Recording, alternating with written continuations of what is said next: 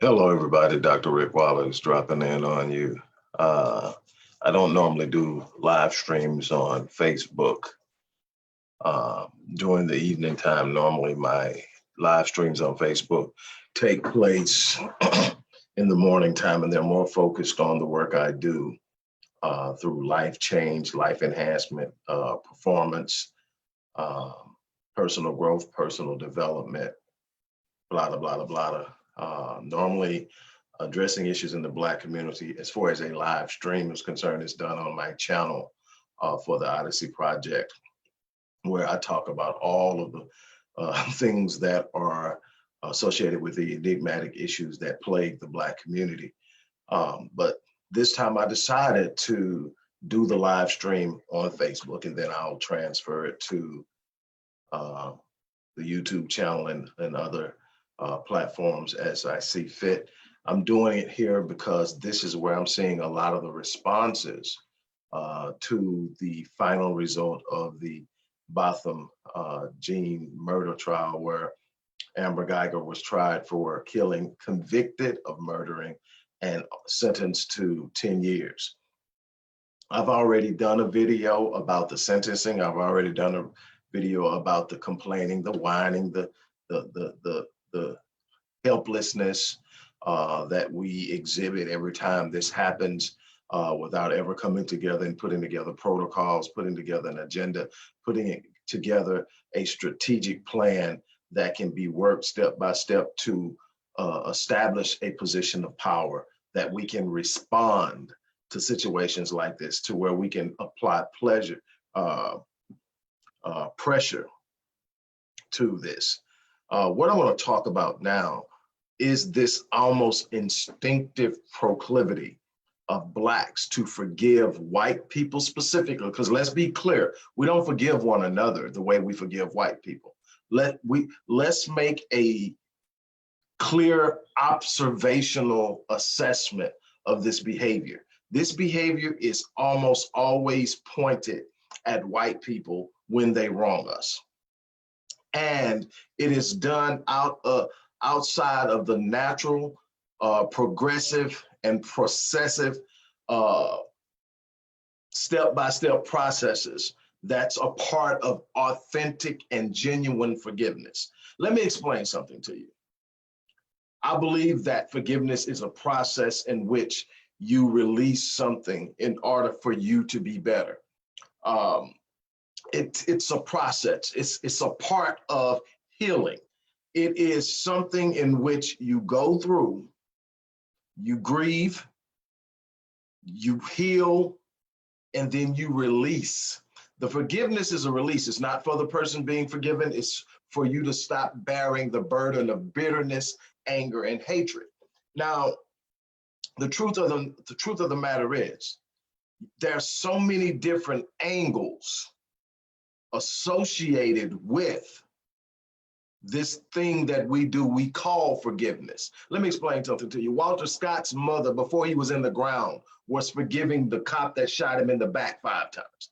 Let me explain to you, that's not authentic forgiveness. I don't care how I've seen people, talk about it as if it's some type of barometer of how connected to God you are, how saved you are, how churched you are.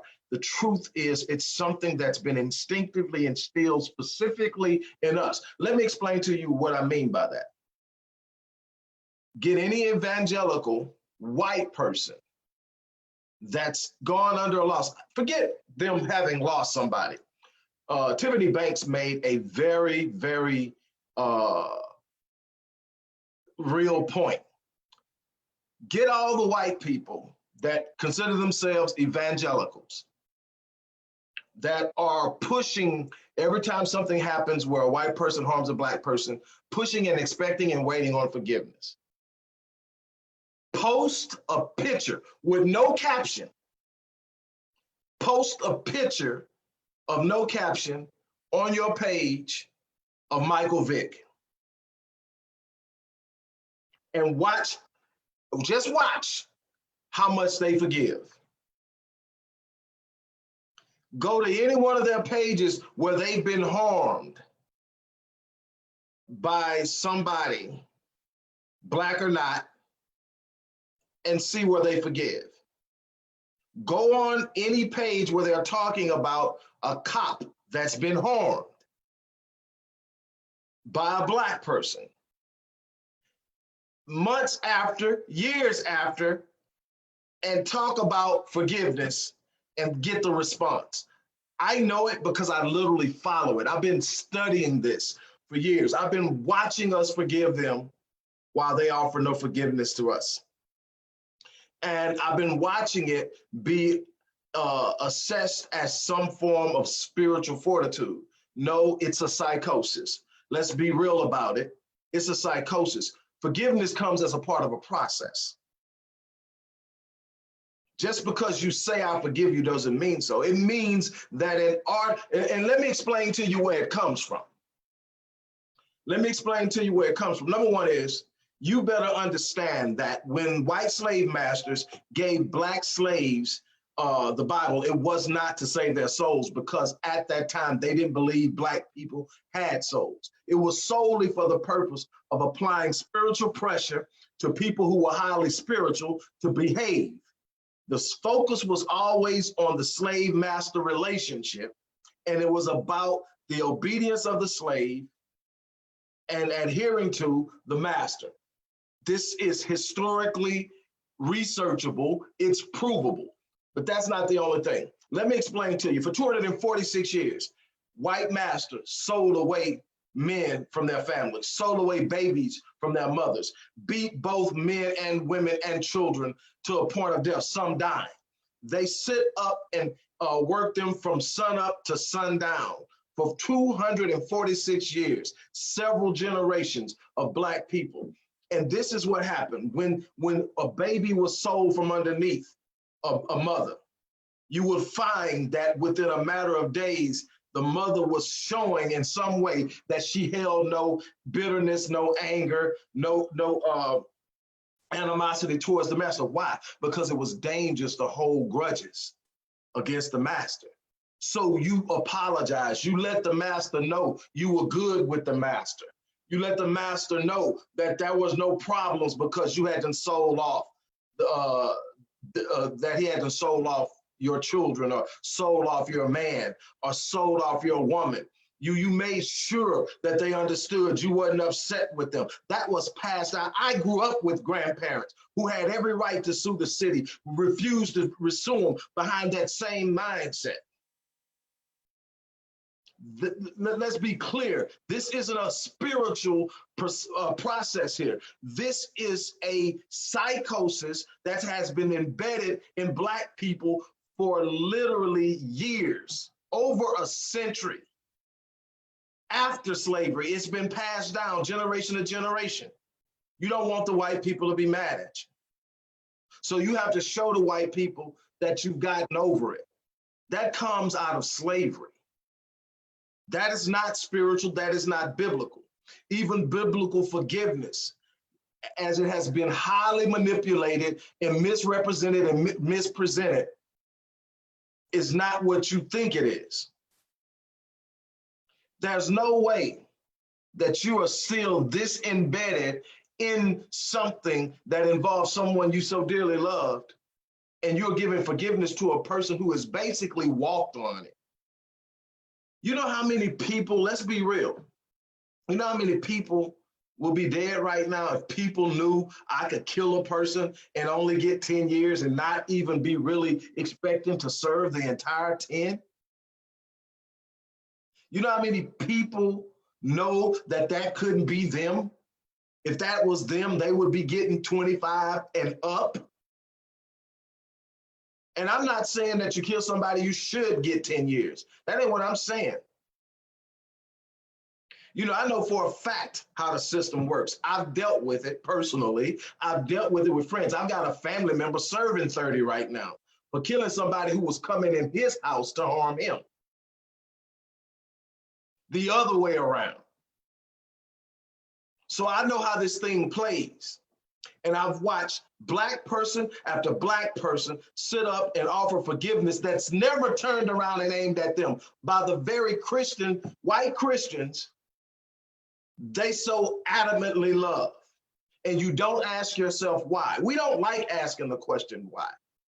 You know, let's go back. We can go back about 50 years, where a little more than 50 years, about 57 years, something like that, 57 years.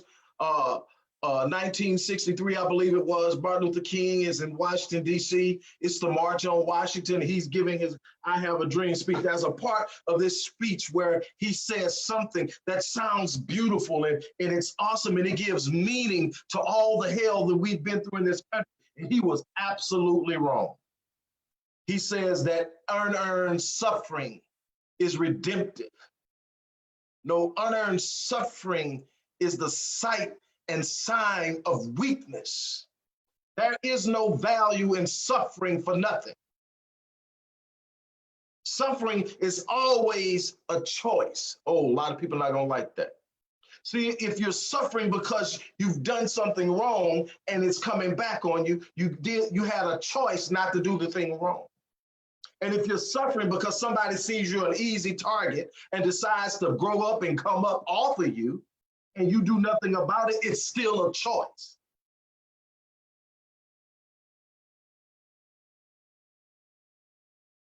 Yes, I'm hot, but I'm hot of sitting up and watching us be manipulated and sold a bill of goods, and we jumping on it. You letting somebody study stomp on you does not make you more spiritual.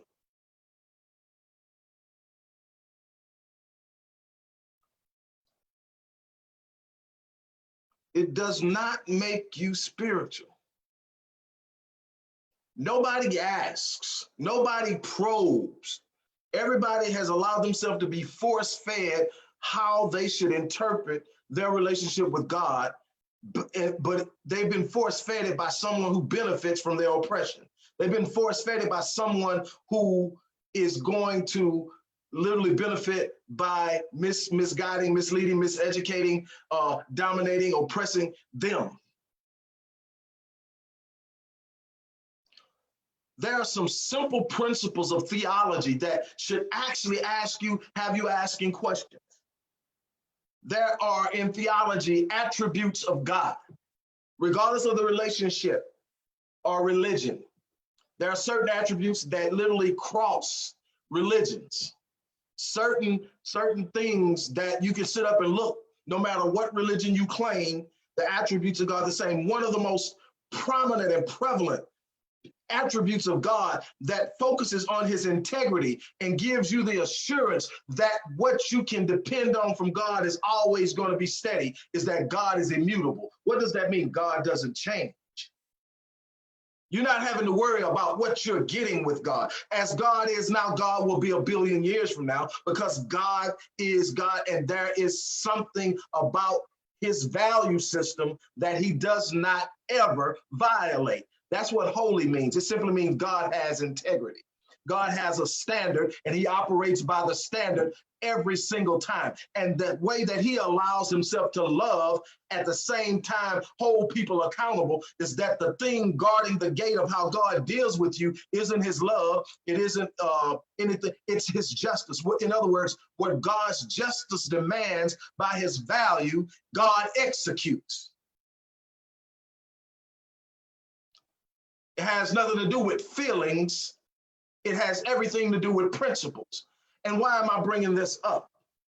I'm bringing this up because when I study God in the Old Testament, what I see is a God that says, if you rolling with me, we rolling up on them. We taking what belongs to us. If you standing with me, I got your back. We going hard. We taking no prisoners. Go over there and kill them all. Then he promises. He promises Joshua. Joshua chapter 1. Look, dude, check this out. Moses is dead now. Don't worry about it. As I was with dude, I'm going to be with you. I am not going to leave you. I'm not going to forsake you. As I was with Moses, I'm with you. I got you. I will defend you. I'm coming with, it's me and you against the world, dude. Me and you. Joshua gets word that the Amalekites are moving in on some people. They march all night to go to battle with the Amalekites. Two things come out of this that are extremely powerful. The first thing is God, first and foremost, honors his word to Joshua.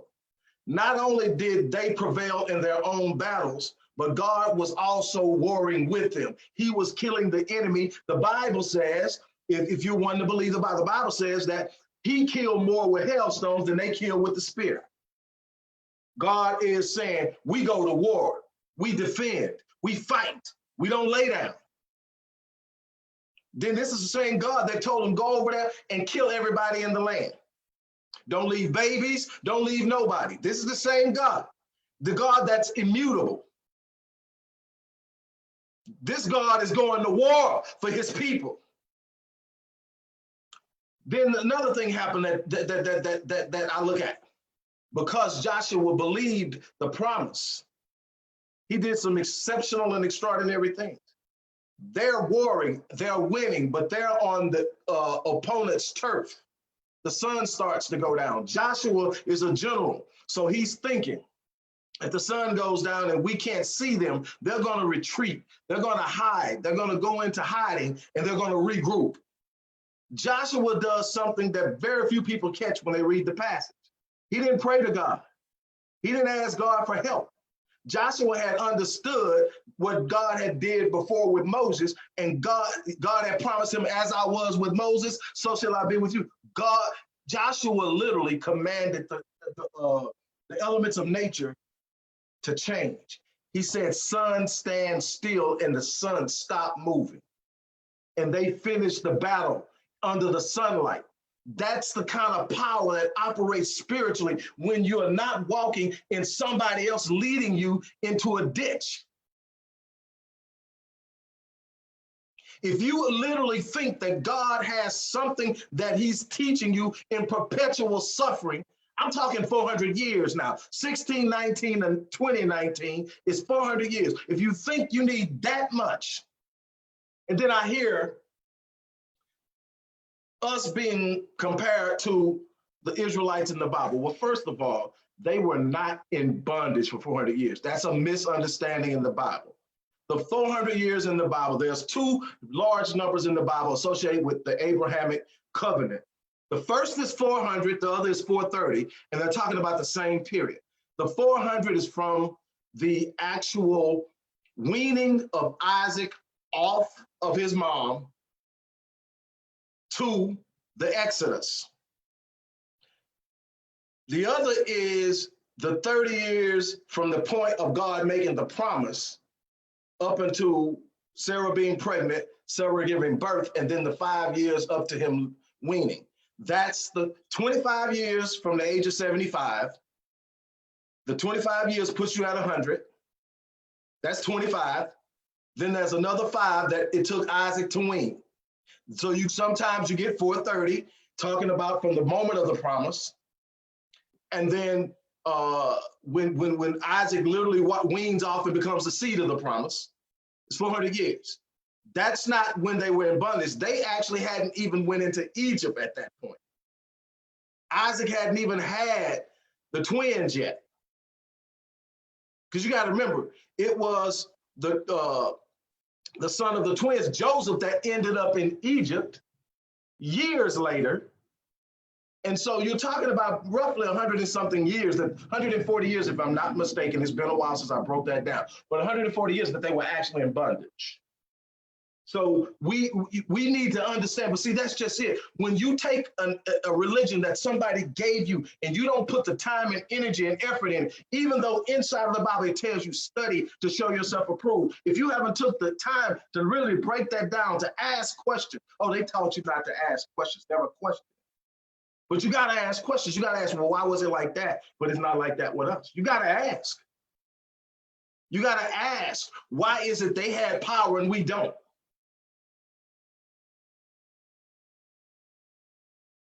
You got to ask yourself, what's the difference? That's a whole nother thing. Maybe one day I'll break all that down. But here's what I'm trying to get you to understand. Forgiveness is a process. It takes time. Forgiving somebody before you even bury your loved one that they took from you. Yeah, that comes, and see the whole thing, forgiveness isn't what people want to make it out to be. We good, you know, if you harm me and you actually make it, meaning that I don't get you, because that's going to be my first thing. You harm me or my family, I'm coming for you. I don't want no explanations. Your best bet is that those people get you and lock you up before I get to you. If you sit up and make it, and they deal with you and you go off and you do whatever you got to do, when I forgive you, I'm not forgiving you to hug you. I'm not forgiving you to walk up and shake your hand and say, man, you know, it's all good. I'm saying I'm done worrying about it. I'm done stressing about it. I'm done holding on to that. It's time for me to move on and do something else with my life. I'm literally carrying a burden that's eating me up on the inside. I'm releasing it. Releasing it has nothing to do with being nice to the person who caused me the pain. All that stuff has been pushed on us. That's historic mental slavery, psychological slavery, where you feel obligated to make the person who hurt you feel better than you feel. That's not biblical. That's definitely not God-like. Talk about forgiveness. I tell you what, I'm going to end it on this note.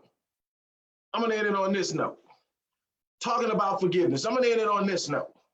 Go to Psalms 109 and read that. That's David under assault, David under attack, David praying to God about how he wants God to deal with his enemies. And tell me where you find forgiveness anywhere in there.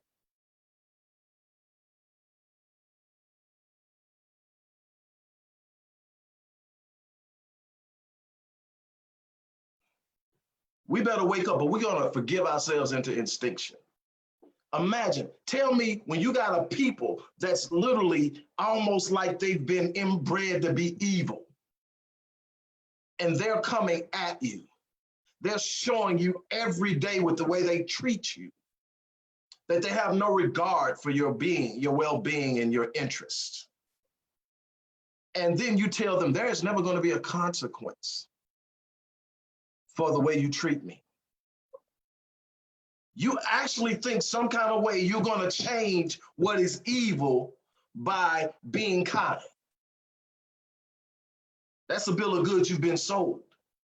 How has it worked for you for 400 years?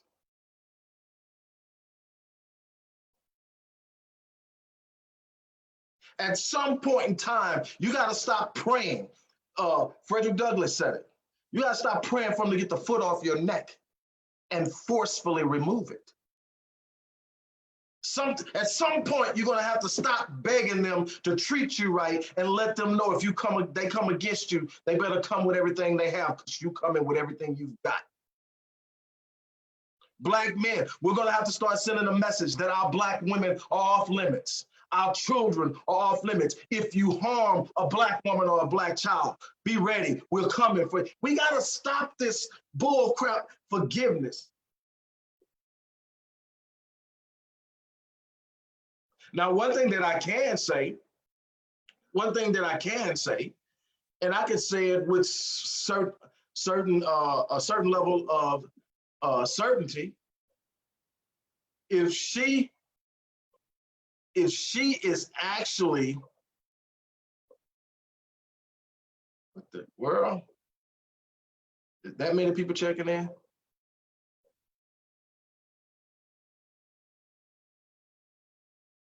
Whoever is hitting, slow down a little bit. Let me finish before you do all those clicks and those lights.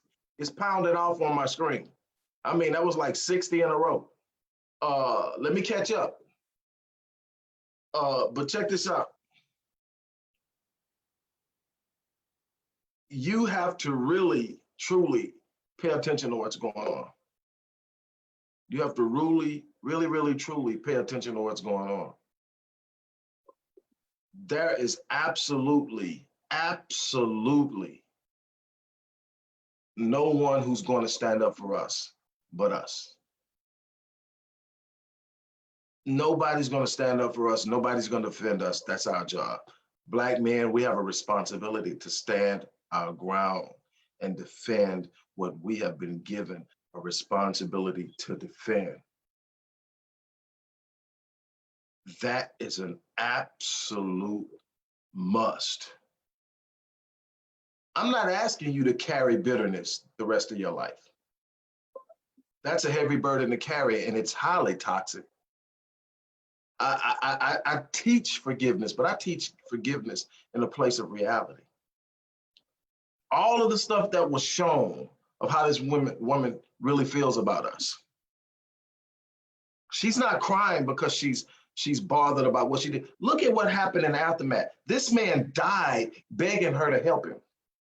We're not going to talk about that. I posted the video of the witness that they darn near destroyed a witness who came forth, who had the video of the immediate aftermath. She heard the shots and came out of her apartment and started filming. She's got this woman on the phone talking to her lover, not 911.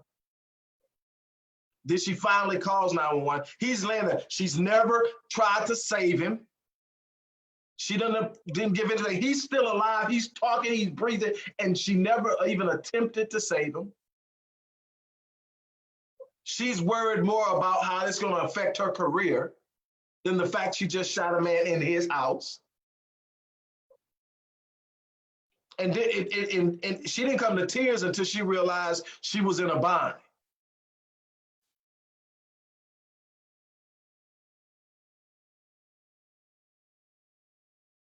There's a line, and it's not even a thin line.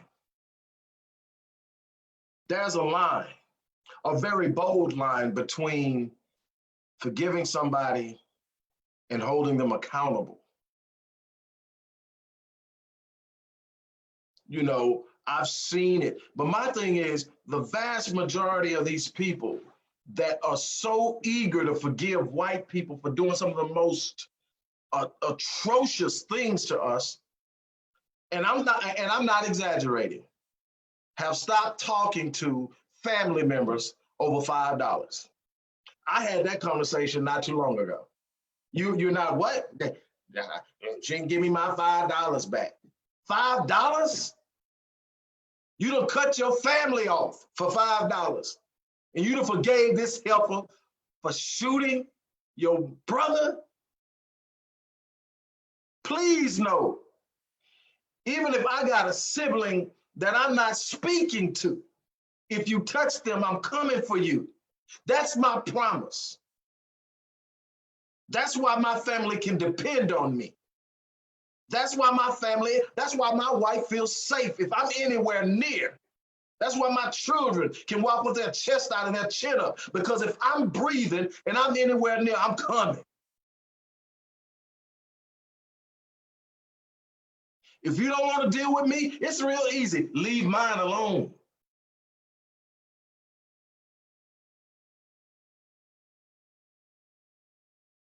I looked up a couple of weeks ago, brother went hard in the paint about this nail shop that was mishandling black women. I mean, went hard in the paint, had it shut down for a day. Come back the next day, they got lines going into the place. Just begging to be mistreated. You are the person that dictates how someone treats you by what you're willing to accept and by the level and the magnitude and the force of the consequences that follow unwanted issues. Until you apply negative consequences to negative actions, it will not stop, period. You're not going to forgive them into liking you. Their very well-being and their position in this world is highly dependent on them mishandling you, oppressing you, killing you. And they have proven they have no problem going the full distance in doing it. You're not going to forgive them into that.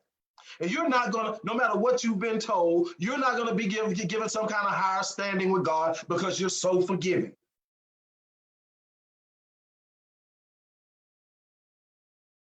Men, you're going to be held accountable for protecting your family.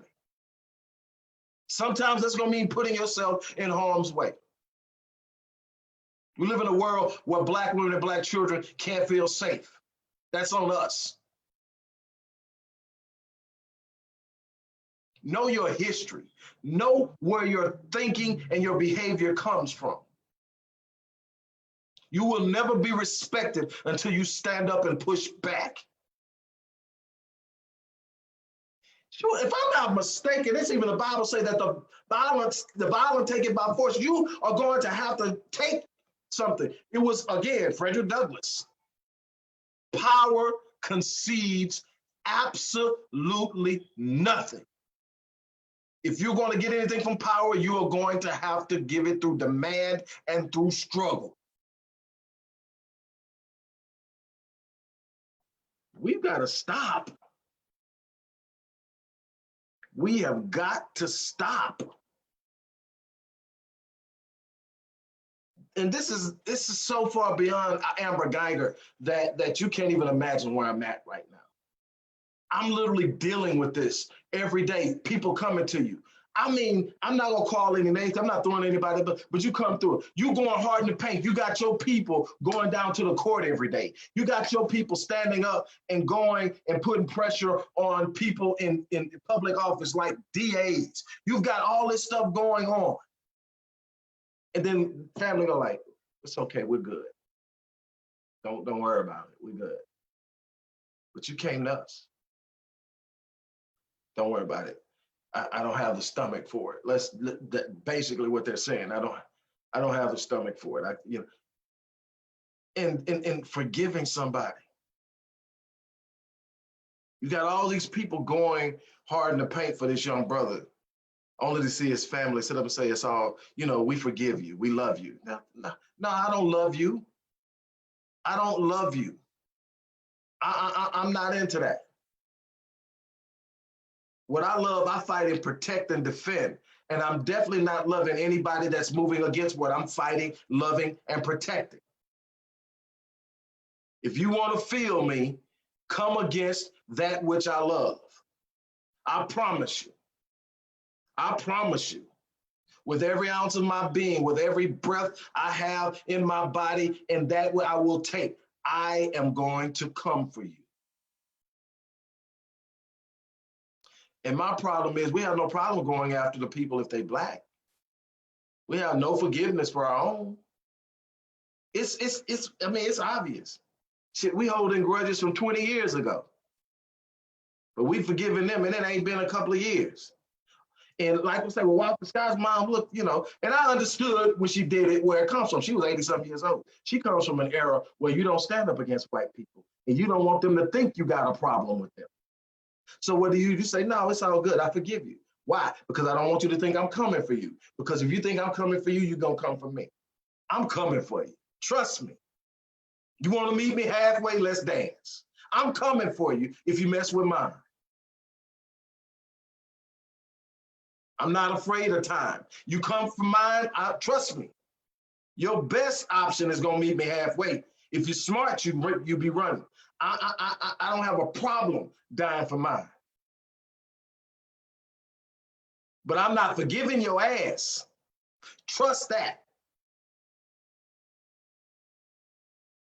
We've got to come and actually start thinking. We got to sit up and look. God doesn't want you exposed like that. That's not God. That is not God. God does not want you exposed like that. There are going to be some people that don't like what I say. Some people going to unfriend me. I never set up the first channel. I've got numerous pages, numerous channels, numerous accounts that I do business on, that I work and share my community. I share my community work on and everything I do. And one thing that has been consistent is I'm not on for likes. I'm not on for shares. I'm not on to have my ego stroked. I know who I am. I don't need anybody to tell me who I am. I don't need anybody to tell me I'm this or I'm that. I don't need any of that. I was validated a long time ago when I discovered my gift and my purpose. I don't need anybody to tell me that. I'm not here for that. I'm not here to make friends. I'm here to share something that will empower somebody. Whether I'm doing it for the Visionetics Institute, whether I'm doing it for Master Fitness 21, whether I'm doing it for Myriad Business Solution, Odyssey Media Group, whether I'm doing it for the Odyssey Project. It doesn't matter. I'm about sharing something, and it's always going to be what I perceive to be the truth based on the information I have researched, studied, and come to an understanding of. Am I right all the time? Absolutely not. I'm not right all the time, but here is what I can tell you. When I state the truth, it won't be based on a pursuit of popularity. I'm not here to be liked. I'm writing a legacy that say I came, I saw, I conquered, I fought to the end. Sometimes it's gonna make people mad because a lot of people ain't ready for the fight. And I'm not talking physically all the time. A lot of people just ain't up to what it takes to stand up. I'll die on my feet before I ever live on my knees, period. I'm not folding against anything. My family depends on me being a man like that.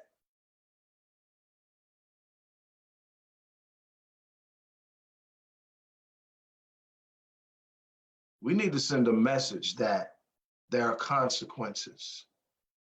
We need to send a message that there are consequences to moving against us, that there are consequences to mishandling us, that there are consequences to abusing and mistreating our children and killing our young boys. There has to be a message sent. The message can't be, we forgive on demand. And even sometimes when you release something, it is not required that you go tell the person that you're releasing that they've been released. That's some old bullcrap that's been bred into us. Your forgiveness is you releasing something and releasing someone from an obligation. That's what forgiveness is. It's a release of something. You're holding somebody obligated to something because of something they did. And you say, no, I'm not even holding them anymore. That's something you make up with yourself. That's you and God. It doesn't even have to be spoken to the other person.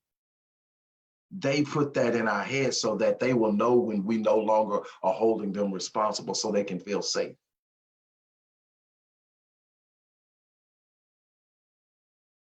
We better learn how to stand up. We better learn how to stand up. You know, I wasn't even meaning to get on this long. I wasn't meaning to get on this long, but one of the reasons why Marion and I started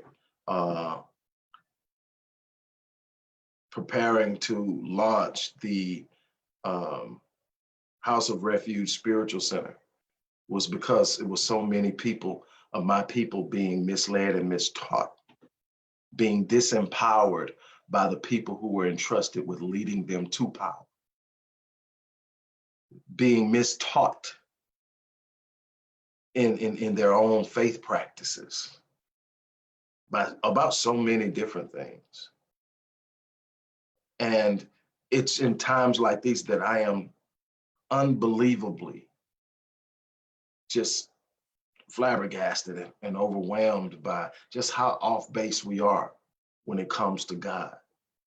Like I said, I challenge everybody that watches this video to go to pull your Bible out and go to Psalms 109 and read what David is saying in his prayer to God about his enemy, and see how far off we are in the way we're responding to our enemies and the way David,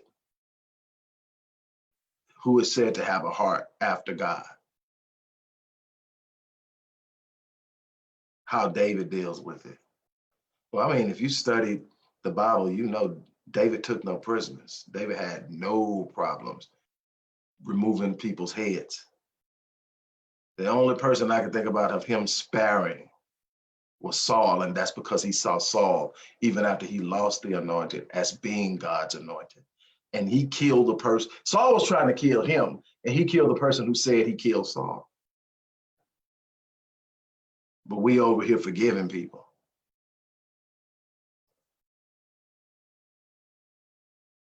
Violent, take it by force.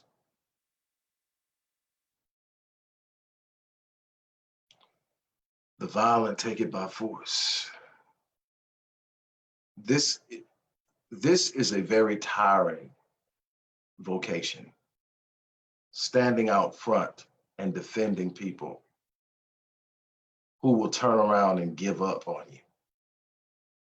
Not on you, but on themselves, leaving you out there standing on your own like you making up something that they not even tripping on.